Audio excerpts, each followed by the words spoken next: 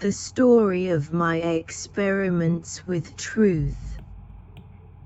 Reading.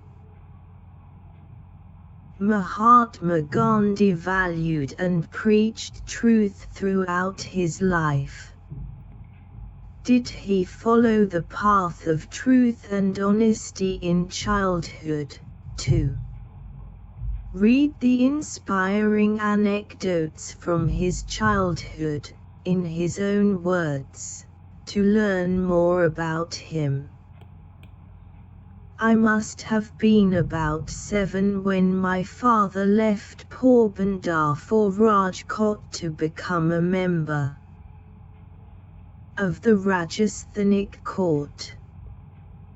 There I was put into a primary school, and I can well recollect those days, including the names and other particulars of the teachers who taught me.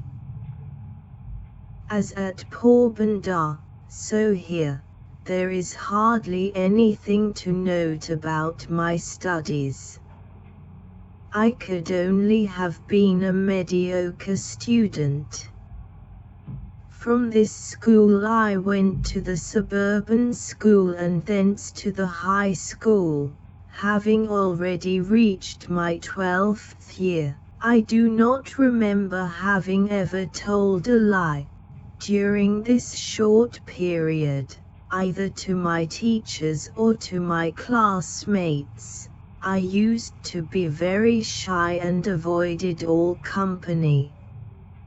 My books and my lessons were my sole companions. To be at school at the stroke of the hour and to run back home as soon as the school closed, that was my daily habit. I literally ran back, because I could not bear to talk to anybody. I was even afraid lest anyone should poke fun at me.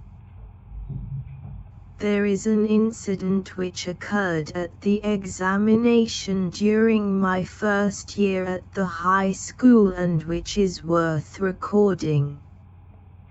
Mr. Giles, the educational inspector, had come on a visit of inspection. He had set us 5 words to write as a spelling exercise. One of the words was kettle. I had misspelt it.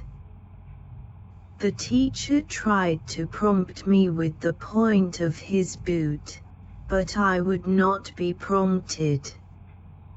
It was beyond me to see that he wanted me to copy the spelling from my neighbor's slate, for I had thought that the teacher was there to supervise us against copying.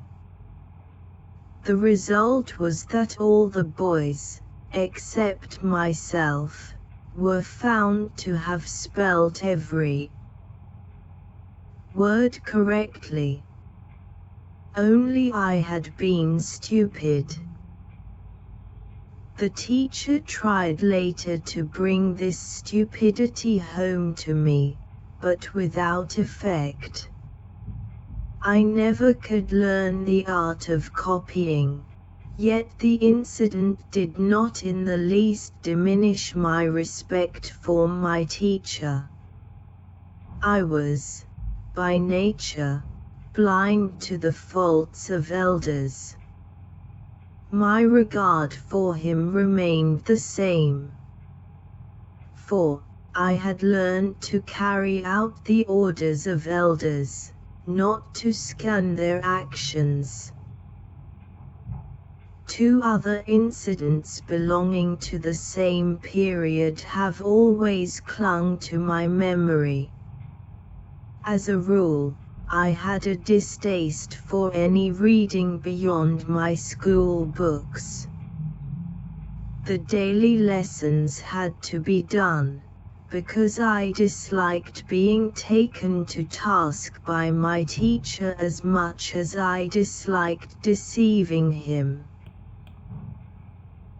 Therefore, I would do the lessons, but often without my mind in them. Thus, when even the lessons could not be done properly, there was of course no question of any extra reading. But somehow my eyes fell on a book purchased by my father. It was Shravana Pitribhakti Nataka, a play about Shravana's devotion to his parents. I read it with intense interest. One of the pictures I was shown was of Shravana carrying, by means of slings fitted for his shoulders, his blind parents on a pilgrimage. The book and the picture left an indelible impression on my mind.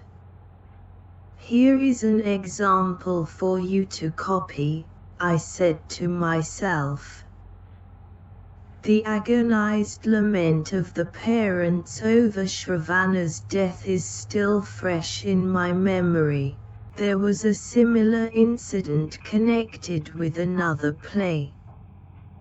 Just about this time, I had secured my father's permission to see a play performed by a certain dramatic company. This play Harishchandra captured my heart. I could never be tired of seeing it.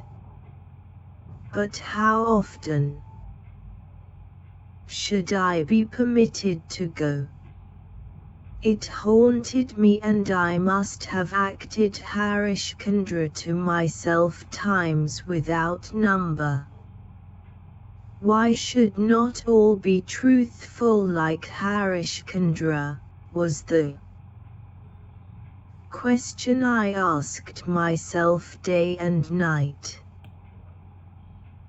To follow truth and to go through all the ordeals Harishchandra went through was the one ideal that inspired in me.